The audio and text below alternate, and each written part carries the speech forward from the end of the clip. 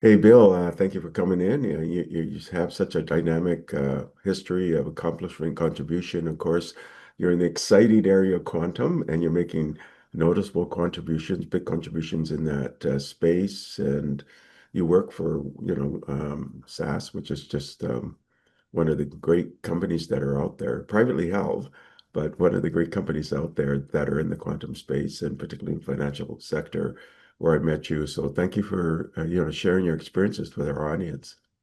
Thanks, Stephen. It's great to be here. Thanks for the invitation. So Bill, what were the three inflection points that shaped who you are today? And it could have been when you were 3 or 5 years old. It could have been inside, outside the family. It could have been something that happened in school, your first job. Could have been challenges or opportunities. But really, the three defining moments in your life that made you who you are today. That is a terrific question, Stephen. I've never been asked that before, and I'm going to have a really good time with this one. Um, so I'm going to start with one that really affected me. Um, I didn't even want to go to college. I wanted to be a police officer. I wanted to go into the military, and my parents begged me to go to college first, and then if I still want to become a police officer, become a police officer. And when I was in college, I did what they asked. I majored in psychology, criminal justice, and I interned for New York State Department of Correctional Services and Albany Police Department to get knowledge and experience. I graduated SUNY Albany in 1994, and I took the police test out here in Long Island and got like a 98 on it, got a conditional offer of employment, went down and took the medical and the psychological and the physical. I wound up failing the medical requirements of eyesight because I couldn't pass. I wear contact lenses and I didn't pass the uncorrected part of the eyesight. So this qualified me from being a police officer, and I had no other plans, right? I had nothing else, right? That was like my goal, right? So I'm like, what am I going to do? So I decided to apply for a master's program in experimental psychology just to kind of do something, right? If I don't know what I'm going to do, I may as well get a degree out of it, right? So I did that, which led to me enjoying some of the things I was learning, mostly around neuroscience and how the visual system worked. So I applied for a behavioral neuroscience PhD program at City University, and I went there, and that kind of changed my entire path. That one decision, disqualification, that's a big one. And then another area that when I was in my when I was getting my when I was in graduate school, there's three ones, and they're all around the same time. This is the second one. Uh, because I was so interested in, you could take two paths, right? One was animal behavior, which I was really interested in, evolutionary biology and things like that. And the other was neuroscience. It was like two paths in my program. And I either do lab rotations your first year. I did a lab rotation in the animal lab. And after like an hour, said, this is not for me. So I went the neuroscience path. And I didn't want to work with animals. I wanted to work with humans, but there was only one lab, and that was the electrophysiology lab. He was doing electrophysiology recordings from the human visual cortex using visually evoked potentials. So I wound up making that my home, and I did research in that area, and we did publications, and we went to the Association for Research and Vision Ophthalmology conference, the whole nine yards. At that point is when I started getting into quantum physics, because I had to learn properties of photons and how they got absorbed by the human retina. And that was when I started falling down the rabbit hole of the double slit experiment and entanglements. And it became a real hobby of mine to read about quantum. It wasn't my degree, but it quickly became more of an interest in what I was getting my degree in. So that was my first exposure to quantum, and I started reading books on the side all these years after that. So that kind of shaped me as well. And then also, the third was my last year of my PhD program. I was invited to get involved with a biotech startup company. And what we were going to do is we were going to build a visually evoked potential system that could measure visual acuity in infants that were too young to be able to read an eye chart. And so I got involved, and we built this sort of system. And then we started putting into it statistical tests that we would compare different eyes to look for early onset of amblyopia, right? Eventually, uh, I was so enmeshed in that I stopped doing my dissertation research, And then, for long story short, but I wound up leaving that company, and I was like, when I've been working full time, I couldn't go back to school and not make any money, right? I already had Yeah. expenses, so I wound up leaving the PhD program, getting a job in Cablevision of Long Island, doing predictive modeling. Built a whole SAS infrastructure. SAS came to me, could you repeat that? And then I went to SAS. So those are three big. Those are three defining. Because if one of those decisions came out differently, my life would have been very, very different. So let's mind that a little bit further. I mean, you indicated you wanted to get into, being in the policing area. What motivated you that way? Was it a family member or something that happened when you were younger, or? I always had a strong conviction of what was right and what was wrong. I always wanted to stick up for the if there was a person that got bullied, I wanted to stick up for the bully, right? I mean the kid that was being bullied. I always had that strong conviction of trying to help people, trying to do what's right, and I ultimately wanted to be a detective in the police department, and so I had a whole like outline, and then eventually maybe go like federal like law enforcement, but um, yeah, I mean that was my whole goal from high school all the way up until when I failed the eyesight test. Uh, but you decided to, study psychology, right? So, what were you into? What led you with your interest in psychology? Was it something again, a teacher or something like that, or? Yeah, it's funny. My answers are probably going to be very different than the majority of people you interview based on your background. But I went in as a pre-med major into college because I had so many credits from sciences from the AP tests that I took in high school that I wound up going in as a I think a first semester sophomore or something like that. I had enough credits. But it was also I came from a not a strict family, but but a somewhat strict family. It was my first time away from home really, and I was just I turned into like a wild man in my first year of college, and I decided that psychology was an easier major than pre med, and I could have the lifestyle I wanted, the social lifestyle, as well as get through an academic program. But more importantly than that, if I was going to be a cop, being able to understand the psychology of people and the criminal justice background and criminology, I felt would have been more of a benefit for me than pre med. So that's really, really kind of fascinating. And I can see it really this being a policeman was really a shaping force, and it was just everything, heading in this direction. Um, how about when you were younger as well? Did you sort of were fascinated with early stage technologies? Were you an admirer of Stephen Jobs and Wozniak, that kind of thing?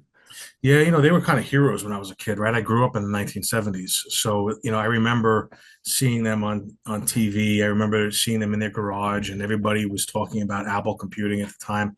I mean, the first computer I actually learned on, I wanted to learn about computing, and I remember I went over to my uncle's house, and he did programming at the time, and he sat me in front of a TV with a Commodore VIC-20 plugged into it, and it was just a keyboard. And I remember playing around with it, and I thought it was kind of cool at the time. So my parents bought me a Commodore VIC-20. It was plugged into an old black and white television set in my room, and I started programming and playing with that. And then in school, I used a Commodore PET computer. That was like the next one, and then eventually, I graduated. Not graduate high school, graduated to the technology level of an Apple IIe, and I was really excited about it. And yeah, so I always liked the technology. I was always into computers. It was something I enjoyed doing. I It- it- see. Now, yeah, now I can see the tech side, right? So you're fascinated with what Steve Jobs or Steve Wozniak was doing, and you could see them on the evening news playing with these, well, more than playing, creating these early computers, so a VIC-20 to a Commodore PAT, and then getting to an Apple IIe. So that I can now see the computing side, and so you're tinkering with programming and things like that at an early age. You then, study psychology at the University of Albany, SUNY, right? uh, I think graduation year probably 1994. That's Hmm. what it sounds like. And then you get your master's in experimental and biopsychology, right? And you're pursuing this PhD program, as you mentioned, in behavioral neuroscience, and that continues to sort of spark your interest. You get some when you're doing that, you're also getting some interest in quantum, the quantum effects and how the retina and photons work, triggering deep interest in quantum mechanics, wave particle duality looks like, and then that sort of forms the basis of your interest in quantum physics. And okay, so we got this background of what you're doing, and then can you go through sort of your jobs, the different jobs that you took on? Yeah, so I mean, I mentioned the biotech company that I was involved in starting, um, and then after that, I went to Cablevision, and I was working doing predictive modeling using SAS, and we were looking at I was looking at capacity planning and trying to predict network outages, things like that. And I quickly realized at the time when I was using SAS, I came from graduate school using SAS, where you loaded data, you did a statistical test, you looked at the results. I never understood at the time how involved SAS really was until I was asked in my job, look, can you create a dashboard using, can you create this? Can you change the colors of that? Can you create this graph? Can you do this? Can you build a web thing? And I had no idea, right? I was just using it as to do basic stuff when I was in graduate school. And I kind of said maybe it could be used for that. And I started experimenting, and sure enough, I was able to build an entire network operations center monitoring system just using SAS. And and then I wound up leaving Cablevision about a year later because SAS said, can you do this again? And I'm like, yeah. So I wound up working in pre-sales at SAS for my first like couple of years at SAS, and then from there I moved over to consulting and professional services, and then I had various roles in professional services. I'd say for about 21, 22 years, including global enablement and learning, teaching other consultants and other professional services within SAS about new software. Uh, I worked for the SAS Federal in the federal government for a while, a number of different projects. Worked with our partner organizations, and then all of that time, though, I kept on reading and learning about quantum computing from the point where it was just theoretical, to where there was actual real quantum computers that were not very powerful. And then during COVID, all my kids' sports were canceled, right? So like there was no ice hockey traveling anymore. There was nothing like that. So I'm like, oh, I have a lot of unaccountable time that used to be used for these things. Let me explore quantum computing a little bit more in depth besides just reading about it. And I saw that it was a lot more advanced than it was previously. And I started teaching myself Qiskit and Circ and PennyLane and D-Wave's Ocean SDK. And I started experimenting and doing small little POCs with like small little toy data sets. And I said, wow, this is a good place that SAS could fit in here with, machine learning and optimization. And I spent a lot of time creating these POCs and navigating through SAS to get the right audience to listen to these ideas. And then finally, I got into the Solutions Factory. They were like the executive sponsor of these projects, and we grew the POCs to larger scale. And then Brian Harris, the CTO, just said, "Yeah, you know what? Let's kind of examine this." And he eventually moved me over from professional services into R&D full time, working for the applied architecture and technology practice, doing quantum full time, focusing on things like quantum algorithms, things. I do a lot of talks. I go to and do a lot of talks at conferences. Um, I work with all of our customers, every single customer engagement I work on, all of our partners with quantum companies as well as universities. So yeah, it's been a Okay, long run. 24 years at SAS now. okay, so let's back up a bit because some people don't in the audience, they don't know who SAS is. Oh wow! So SAS, it's actually our 50th birthday this year, and how do I explain it? So for the people that do know about SAS from like graduate school, it's a much larger platform than that, and we strive to be like sort of the honest voice of AI, right? So we strive to be the honest voice. We provide a lot of value in moments that matter when machine learning and AI. We have solutions across many different aspects of analytics. You can think of this, anything that has to do with analytics, SAS has their fingers in, from the data integration part that feeds into analytics to the reporting of the results of analytics. So we're in business intelligence, we're in um, data integration, and then in between we have all of our analytics. We have our AI, our machine learning, our optimization, all of that stuff, and then we have various layers of complexities, right? So at the lowest level, we have a programming language. SAS is a programming language. It's a 4G programming language that makes programming very, very complex things very, very easy. So I could give you an example. If you want to run a general linear model in SAS, you really could just do it in 3 lines of code, right? You define your data set, you define your variables, and you define your model, and you hit go. And that's just from the coding perspective. You don't have to know anything about linear algebra. You don't have to know about anything about complicated algorithms. It's a very, very straightforward process. And then on top of that, we have our interfaces. We have our clients that get installed, like Enterprise Guide, that allows you to drag and drop things, and it generates the SAS code behind the scenes. We have our interfaces that are web-based, like SAS Studio, that that provide very, very similar functionality, but one is a thin client, one is a thicker client. And then on top of that, we have our VIA infrastructure. So VIA is our high performance environment where you have it's a cloud-based environment. You have your controller, you have your workers. It splits loads across all its workers. It's designed for processing large data very, very, very efficiently. And we have our web interfaces on there. We have our model studio. I mean, I could go on for hours with this, but yeah, it's an entire infrastructure for advanced analytics. And maybe a little bit more about the history of the company. How long has it become company in existence? It's privately held. And so you can maybe just give a little bit more of the history of the founding and where you think the company's going. Yeah, so I mean, it was early 19, early mid 1970s. It's like I said, it's our 50th birthday this year. It's privately held by Dr. Jim Goodnight, and I've seen it evolve over time. Right, I've seen it evolve from version 6, which was just a programming environment with small little interfaces on top of it, to version 8, to version 9 with a whole metadata infrastructure.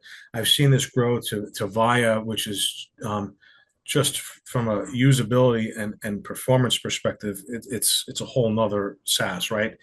Um, and now I'm seeing it look into more high performance computing, looking into quantum. It's it's a hard thing to say where I think it's going to go, because when I was using version 6 in graduate school, if you were to told me about VIA back then, I would never have believed it, right? So, like I look at VIA now, and in another 10 years, who knows? Um, what's also interesting is I remember when I got my job at SAS, I was working at a New York City office, and they told me I had to go to Cary, North Carolina for training. And I had no idea what it was. Like I thought it was a building, right? Like a typical New York City building. And I go down there, and I remember calling my wife, and I'm like, my wife's name is Willow, and I'm like, Willow, I'm on like a 300-acre campus down here. And she's like, what? And I'm like, yeah. I'm like, I thought it was gonna be a building. And she's like, what do you mean? And I showed her some pictures, and she's like, oh my God. It was, I didn't realize like how, I guess you could say like I didn't realize what I stepped in, at the time. You know what I'm saying? It was just this tremendous ecosystem that I was like, it was like shock and awe for me at the time. Okay, so I mean, and it's such a significant company in the space, and you're in financial sector is a big player, right? So like a major player. Now let's go a little bit back, and then we'll weave this into quantum again. You're doing this PhD era research. You're specializing in measuring neural responses in the visual cortex, using things like visual evoke potentials in the form of EEGs, recording the study of retina photoreceptors and photon absorption. So, and then you start looking at this retina photon work, triggering your interest into quantum mechanics and wave particle duality, which leads you then into quantum physics and that's kind of like it's like a rabbit hole, right? Uh, And so now you got this interest. You indicated during COVID that you started to deep dive into that. And then you mentioned a number of different products and services. And let's, because the audience, many of them don't may not know what is PennyLane and what is Qiskit. And, so describe that exploration and what that's like. And you talked about D-Wave and companies like that. So because a lot of people still at the fringes. In other words, they're not deep diving yet into quantum. So describe that journey of discovery and why you chose those particular products. Oh, yeah, that's a good yeah, that's a great question. So the first thing I did when I started looking into this is I went onto the Udemy learning website and I typed in quantum computing, and the number of courses that came back that had to do with Qiskit far surmounted anything else. So I'm like, what is Qiskit? I didn't know what Right. Qiskit was. So I took a class. It actually, because it was, I guess it was because it was COVID, they had a sale on the courses, and there may have been like maybe 10 or 15 quantum computing classes at the time. Because they had this like really good sale, I just bought all of them. Right? I'm like, all right, I'm going to use these. May as well do it now on the sale. So I started doing it, and I started going through the lectures, and everything was Qiskit based. And I realized that Qiskit was like sort of the IBM SDK at the time. And I'm like, oh, IBM has this. And then, part of the courses, you would submit your code to a real quantum computer, which brought me into the whole IBM quantum framework. I would log onto their website, I could see my code running. So that was really the first sort of deep dive into quantum with Qiskit, because it was just the most available, right? There was the most Yeah. information. They had the most courses. They had the largest set of documentation and samples. And I spent a lot of time on that. And then what drew me into PennyLane is that there was another class that I took that used PennyLane as the software development kit. So I started looking at PennyLane, and there were certain things that PennyLane did that I liked better. Like, for example, when I was first starting the quantum computing, encoding data into quantum states was something that stumped me. Like, I couldn't understand, why do you pick this or that or this, and how do you do this? How do you what is the logic? And Penny Lane had these functions. I'm just giving these specific examples because they were like memorable things. They had these functions that you could just run to do it. So I didn't have to. I was like, oh, I have a cheat code here. I don't really have to learn what this is doing. I can just kind of use their function. So I did. So I was using a lot of Penny Lane as well. And then I remember reading years ago about D-Wave um, having a quantum computer that did optimization. That maybe not years, maybe a year before that. So then I found a course that was teaching that on, I believe, is on Udemy. So I started looking at that, and then what I quickly realized, right, is that for every quantum computing company out there, there was a different software development kit that you had to learn. I was like, wow, this is problematic, right? I mean, if I want to learn IBM, I need Qiskit. If I want to use D-Wave, I need Ocean. If I want to use Continuum, I need TCAT. If I want to use, it just became, Query was blockade. And one SDK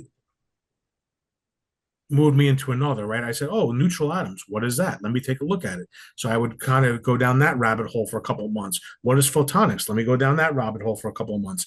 Um,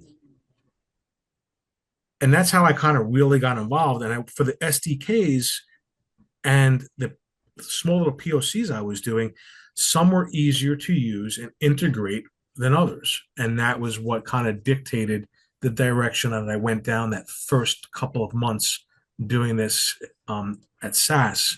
It was how quickly could I get something up and running.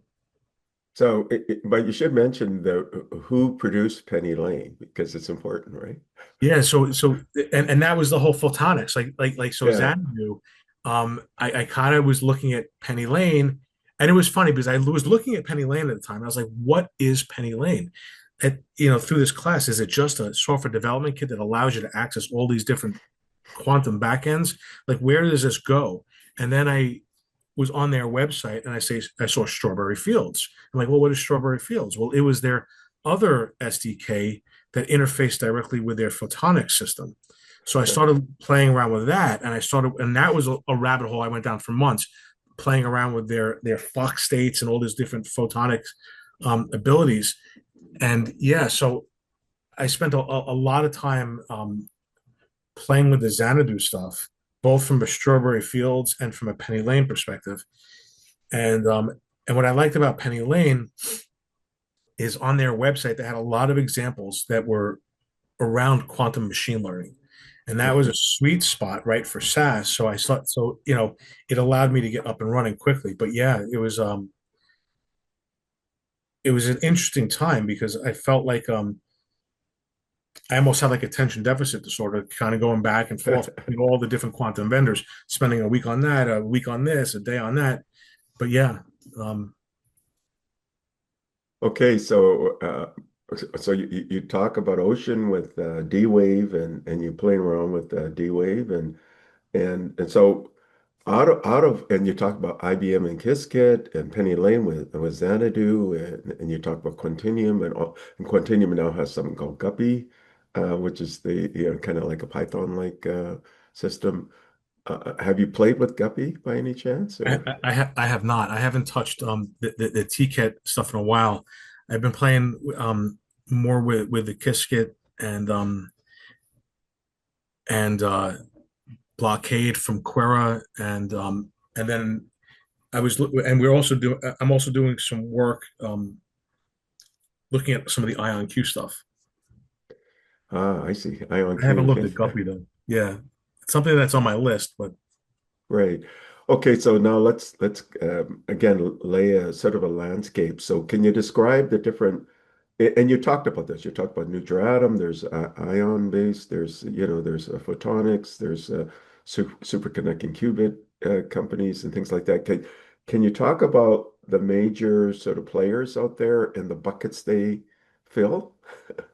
yes, that was something that I had to learn early on, right? I kind of you can't sample everything, right? So I had to pick. And what I tried to do is I tried to say, okay, I also didn't realize at the time that I started that there were so many different modalities for quantum computing, right? And I had to figure out which ones were the best for certain types of things, right? So I started just spending a lot of time reading, a lot of time doing research. And what I found is that I tried to do in what my, and it's very subjective, right? It's very much a subjective quality. Whatever quantum computing companies I like the best in these different modalities. So, for superconducting, I was using that mainly at the time because of Qiskit, right? It was the most advanced software development kit, and it allowed me to create these circuits that ran relatively quickly. People will disagree with me, but from my perspective, like when people say the circuit model and error mitigation, I didn't spend much time on error mitigation. I took classes on it, but I figured that at some point these hardware vendors will figure that out, right? They will figure out the error correction. So from my perspective, let them do their job, and I do mine. Um, the reason why I say that is because they talk about all the errors in circuits and superconducting qubits. So I really didn't care so much about that, while I was learning it. Um, but yeah, so superconducting qubits are really good for scalability. I find very very good for certain types of problems. Um, they, they run relatively fast and they're pretty powerful. So that's sort of like a staple, the superconducting quantum computers. And then you kind of branch off to certain like other types of quantum computers that fulfill certain niches, right? So um, I'm very interested in trapped ions because of their all-to-all connectivity, because of their I mean, that's really where my interest is, their all-to-all connectivity, where I don't really have to worry about transpiling a circuit and then introducing a bunch of swap gates into that circuit and making that circuit much deeper or wider than needed. Um, Neutral atoms is something that I'm very, very interested in. I play with neutral atoms a lot for a lot of different reasons. One is the all-to-all connectivity, but I think it's very interesting. Instead of like in superconducting qubits, you build an algorithm on a circuit and you have to transpile that algorithm to fit the layout of the QPU. Where in neutral atoms, it's the kind of the reversed, right? You kind of build your algorithm, and then you could move their qubits around to accommodate your algorithm, right? So it's I kind of like that idea. I like a lot of the work that's being done in neutral atoms. I like how it's room temperature. I think it's very promising. And photonics is something that I also think is going to be very important. I haven't spent recently as much time as I would like to on it, but it's something that is on my list of things to deep dive into well, again.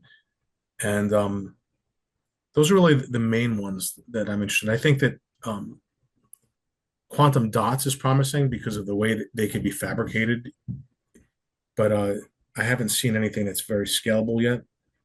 But yeah, So, are you able to name some of the companies? So you mentioned IBM, but Google also has a superconducting qubit system, and they came up with their W or their sort of Willow chip, right? So and got a lot of attention, things like that. Um, you talked about neutral atoms. Can you talk about maybe some of the companies that you think are interesting in that area, things like that?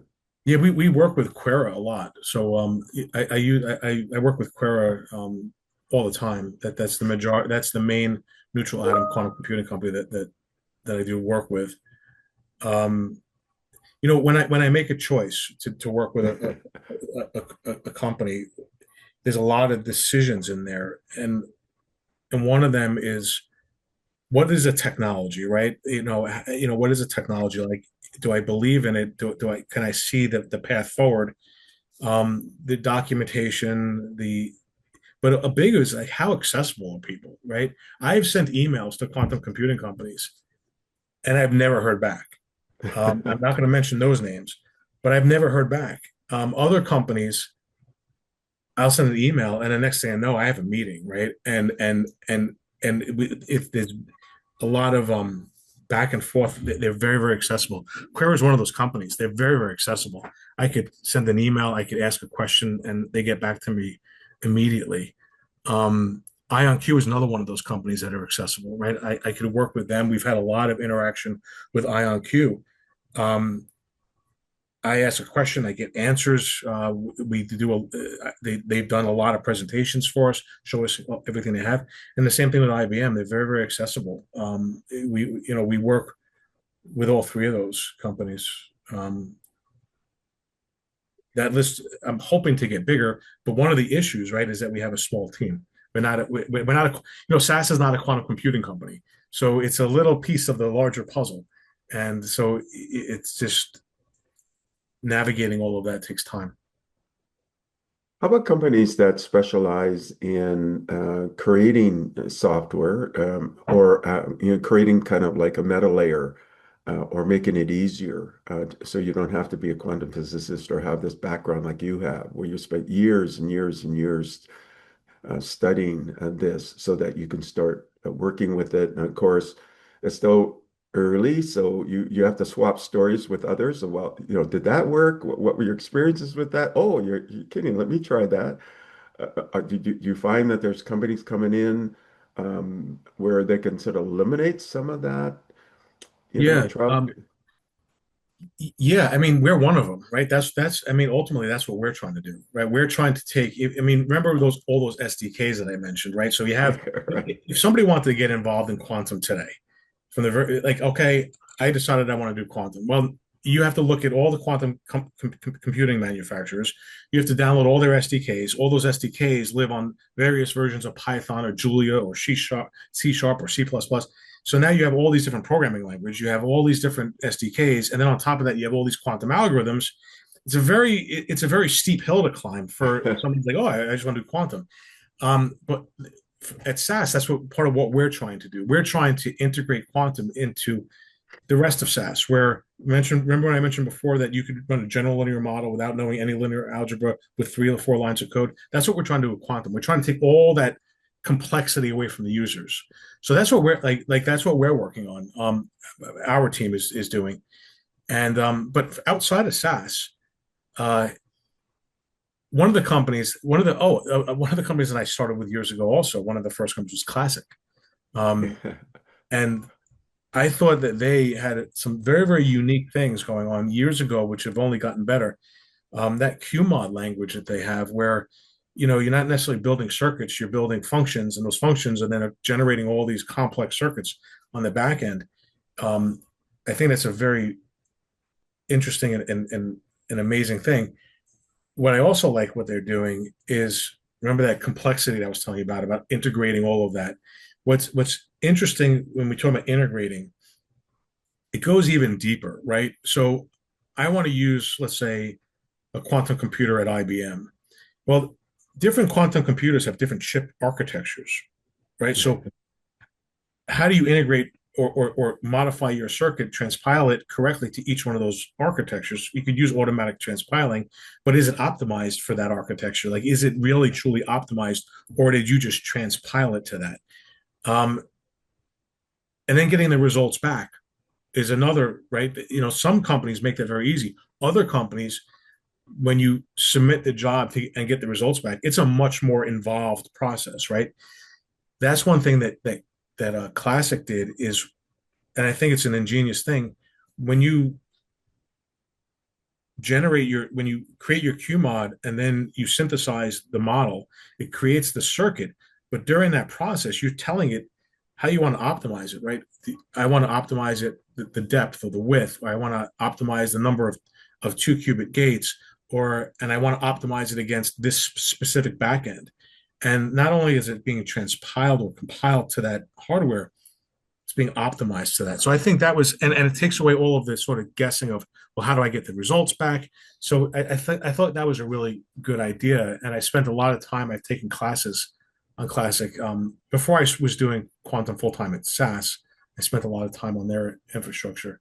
And I think another one to watch is I saw them at Q2B, Horizon Quantum Computing. They're a software company. They seem to have some really interesting things going on as well. Okay, so let's say I'm a company out there and I'm interested in quantum. How do they approach your company?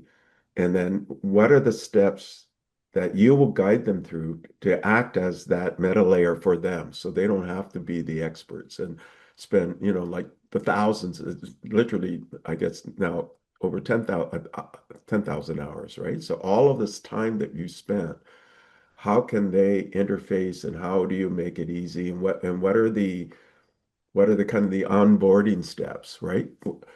Where they say, you know what, I'm interested, I've got a huge budget. We want to dedicate this thing. What does that look like when they engage you and your company? It's a couple of different things. There's a couple of things going parallel, right? We're trying to build a quantum product, which I can't really get into too much detail here because we're at our Innovate 2026 conference at the end of April. We're kind of launching some of that. So I can't really talk about it too much. But what I could tell you is the goal of that product is to do what we were saying before, take that complexity away. But when we work with customers, one of the things that I want to stress, and I said it before, is that we're not a quantum computing company. So what we want to do when we work with a customer, and we've had this where customers will come to us say, we want to do, and they usually would reach out to an account executive or their account, customer relations, and they say we want to do quantum, and it winds up coming to us, And what we will do is we have like a process, and the process involves, number one, meeting with the customer, learning about the problem, and then we bring in our experts. One of the nice things about SAS is we have experts in every possible field, experts in AI, experts in machine learning.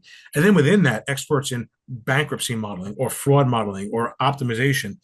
And I'll bring in experts that know how to do these things, that do these things every day for the last 20 years. And I'll say, and remember, because we're not a quantum company, our end game here is to provide value to the customer. If it's using quantum, great. If it's not, oh well, it's not going to use quantum.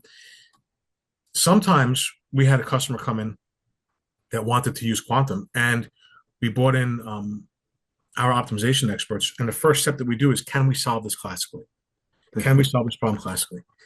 And in this case, our experts reformulated the problem. And what was not doable to this company, I can't mention their names, we were able to run it in a minute and 30 seconds, this optimization problem. And so there was no reason to use quantum. And so that it wasn't a quantum problem. When we're dealing with machine learning or other problems, it's the same exact thing. We bring in our experts and we say, can we do this classically? And if we can, and there's no problems, there's no bottlenecks, there's nothing to be gained by quantum, we say, okay, we wash our hands of quantum and just work classically. But if we find that there is a place that quantum could play a role, like, so for example, if an optimization problem takes way too long to run and a customer wants something that runs faster, well, maybe that's something that we could look at quantum. If we are seeing that certain machine learning problems have certain points in the process that are computationally expensive, the way that the problem is represented, and you can't reformulate it to run it in classically any better, we'll look at quantum, which makes quantum to us a very, very hybrid process, right? We don't just throw things over the fence and run something in quantum. We inject it in various places into our process flow, where it makes sense and provides value to a customer.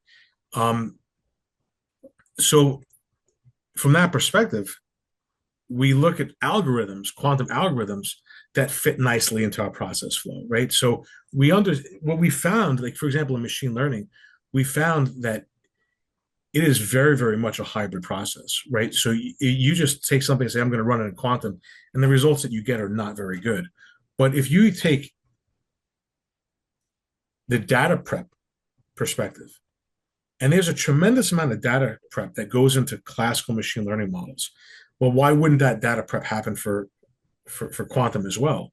So that process, now that quantum piece gets injected into the machine learning pipeline, where we do all of this sort of classical data manipulation and exploratory data analysis, and I call them pre-analysis because it's small sort of machine learning problems that you do beforehand, and you learn a lot about your data, and we establish baselines, right? You could take something from quantum machine learning and you could run it and you could get like an AUC of 0.93, let's say. You're like, wow, I did great.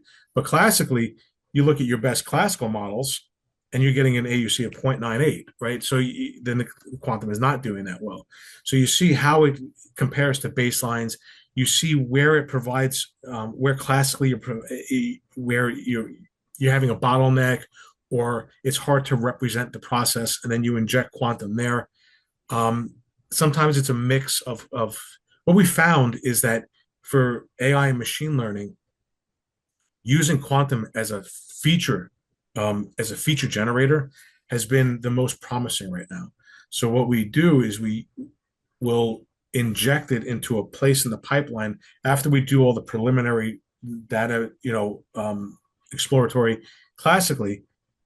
We will run it through a quantum process that will project that data into a higher dimensional space that's dictated by the dynamics of the quantum system that we set up.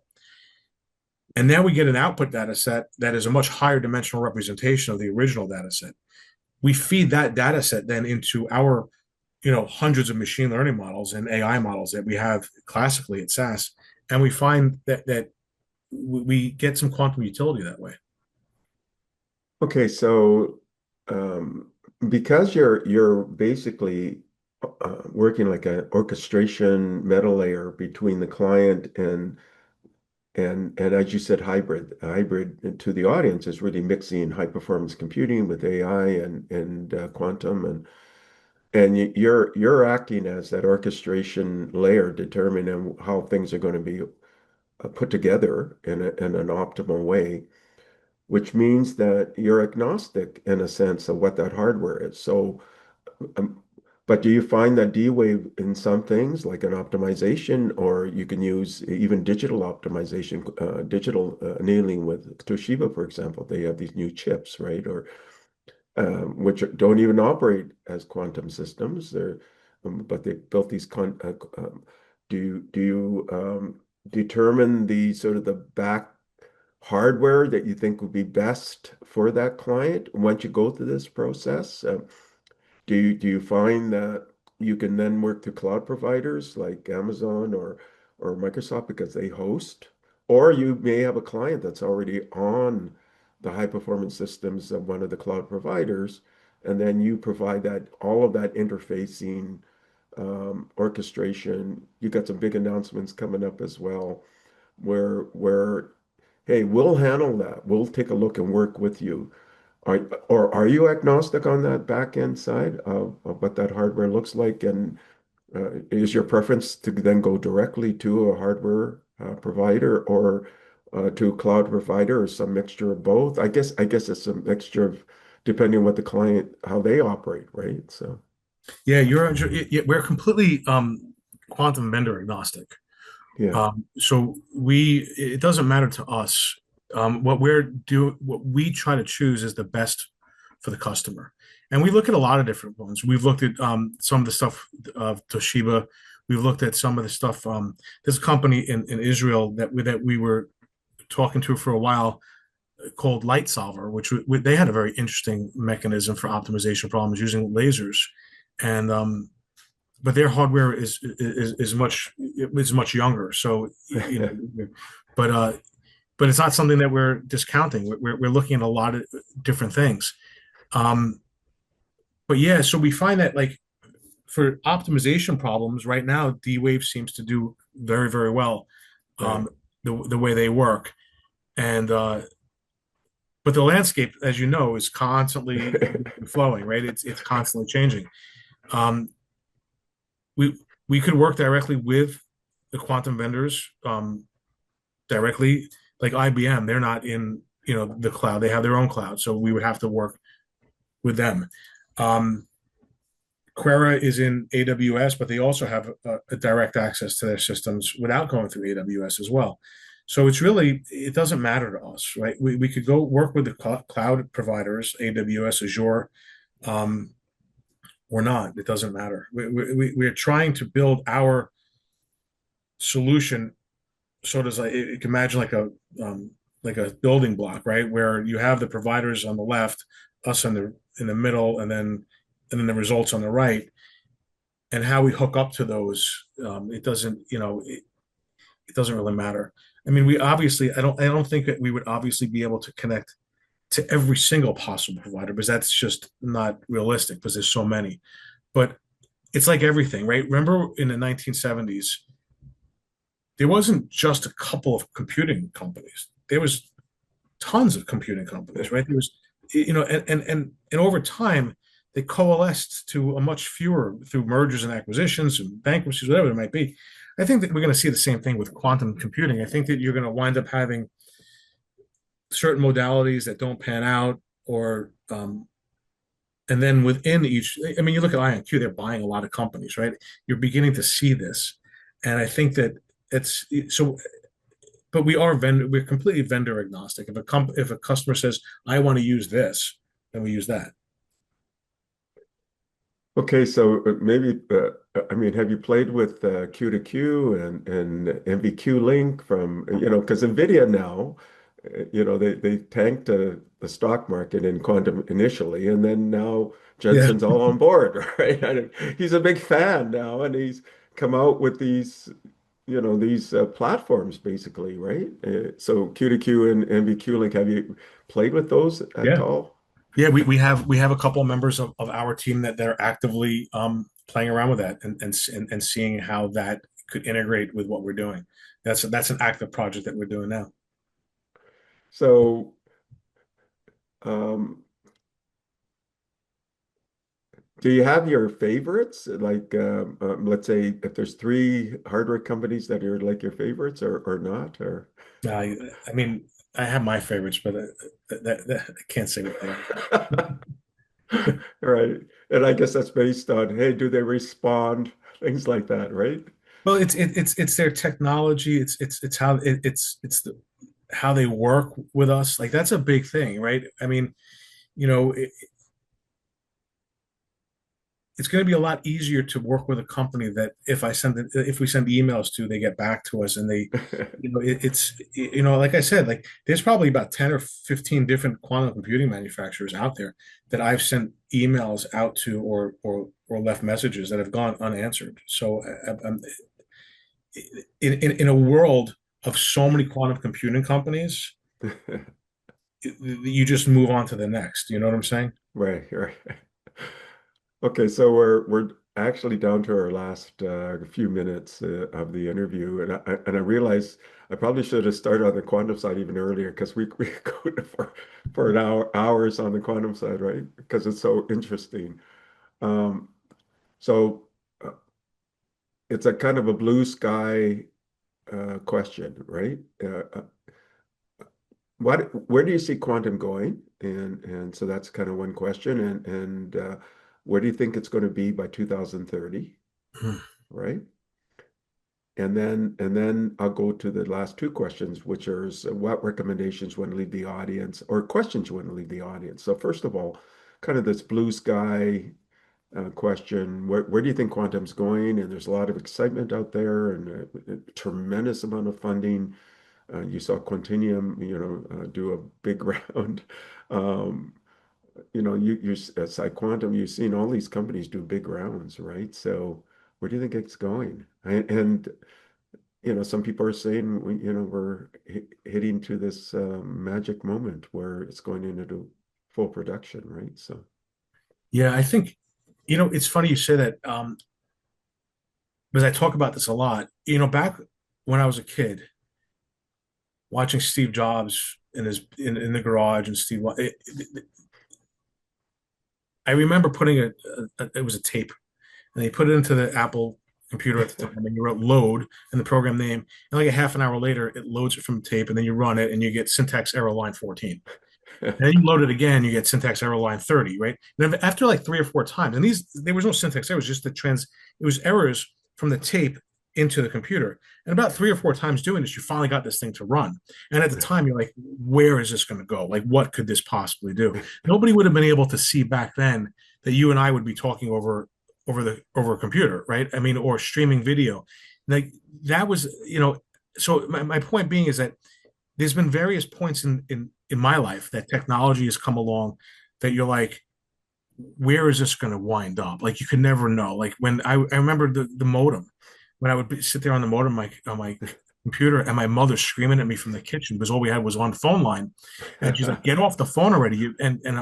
So who would have known that we'd have fiber optics and all this? I think that we're at a similar point in quantum. We're in the beginning stages of something that could truly revolutionize the world, right? But how that's going to happen and what's going to come out of it, I think that it's open to your imagination. I think that one of the things that we need to do is we need to get out of the classical computing um, way of thinking and and use your imagination because quantum is unlike anything we've ever seen before. Quantum computing, and I think that once you do that, you start getting a lot. You start having the breakthroughs. So where is it going? I don't know. I always say use your imagination because I think that I don't think it's going. I think it's here to stay, and I think it's just going to get bigger and bigger and bigger. Will it be like you're going to use a quantum computer in your house? No, I don't think it'll ever be like that. I think it's going to be a tool in a toolbox, like a CPU, GPU, QPU. I think that it's going to be the same type of thing. Um, I think that the quantum manufacturers are making tremendous headway on error correction, and I think that that will be a thing of the past. I think by 2030, I really do, that error correction will not be an issue anymore. That they will have fault tolerant quantum computers. There's a lot of research being done in that. Um, and what was the final part of that question? Okay, so there's the blue sky question. Where is it going? So it's real, as you're indicating, and you were looks like fault tolerance and error correction, and then utility scale quantum advantage. Those are on the horizon, and then they're going to come about, which means that people are going to be able to scale this thing. But as you indicated, it's going to be some hybrid system. In other words, a mixture of quantum together with classical computing, AI, and things like that, and there'll be an orchestrator to manage all of that for you, so you don't even have to worry about it. And basically there'll be a quantum operating system, so you don't have to worry about the details anymore. Just like you fire up your Apple computer, you have to worry about the details, or Microsoft, you don't have to worry about the details. You just use it, right? So Yeah, you're waiting for this moment, and you believe it'll come where it's like ChatGPT. You just prompt it, and it's going to do the rest for you, right? In I this think it's going to be similar to when you're running something now on your computer. You like on my Apple computer, which is the computer next to me. I have CPUs in there, GPUs, and artificial intelligence. They call it AIU, I think. I have no idea what CPU or GPU or AIU is doing what, right? It's taking care of that. I think that that's where we're going to wind up with quantum, where you're not going to, it's just going to be part of the process. It's not going to be like, oh, I'm writing this for quantum. I think that the end user is going to just run something. Like, let's say they're running an AI model. And I think that that AI model, pieces of it will run on a CPU, pieces will run on GPU, and pieces will run on a QPU. Whatever it needs to do, the system will be smart enough to do that. Yeah, and so you'll be able to vibe code in quantum. Yeah. Okay, so the last question is, and that when we literally have about a minute left, is what are your recommendations to the audience, or questions you want to leave the audience? So my recommendations, if you're considering getting involved with quantum computing, get involved, right? Don't wait, because the longer you wait, it's not as just as easy as flipping a switch, right? There's a lot of things that you have to think about. Um, I think that the strategy that you use is up to you. Some people like to jump in the pool at a pool party, right, and just be the first one in. Other people like to put their feet in. The ultimate end result is that both people wind up in the pool. One is a little slower, one's a little faster. I think that you need to you need to get in the pool one way or another. Either you're going to devote a lot of money to it and just say, okay, I'm going to do this, or you're going to do it slowly and see what happens. But either way, I think that it's something that has to be addressed by organizations, and they can't wait too long because the learning curve is not it's a steep one. Yeah, I mean, it's like JP Morgan, right? They've been at it for over 10 years. Yeah, So, yeah, and they've devoted a lot of resources to it. yeah, exactly. They have the largest team, right, in the banking sector. So Bill, thank you for coming in. I mean, that's great recommendation, right? And is there any learning materials on your website or anything like that at all at SAS, or not? Or Yeah, we have a quantum section of our website. If I don't know the URL off the top of my head, but it's if you just do search for SAS and quantum, it'll come up and it'll talk about some of the things that we're doing. We're putting together a lot of collateral that we're going to be putting out very very soon. Like I said, Innovate 2026 in Texas. That is where we're going to have a lot of quantum being spoken about and showcased. Some of the products that we've been working on. So that would be a good place to go if you want to see more. But even after that, once that is released, then there'll be a lot more. Um, I guess a lot more external communication about the product. But everything we've been doing was to kind of lay the foundation for that. well, it sounds really exciting. And Bill, it's great to see you leading this. I mean, you've got such a fantastic background, and you're the guru in this area. And then SAS really exciting work that you're doing at SAS, and SAS is a dominant player in the marketplace in many respects. So thank you for coming in and sharing your journey and insights with our audience. Thanks, Stephen. Thanks for hosting me. Thank you for listening to the Brand Called You videocast and podcast, a platform that brings you knowledge, experience, and wisdom of hundreds of successful individuals from around the world. Do visit our website www.tbcy.in to watch and listen to the stories of many more individuals. You can also follow us on YouTube, Facebook, Instagram, and Twitter. Just search for the Brand Called You.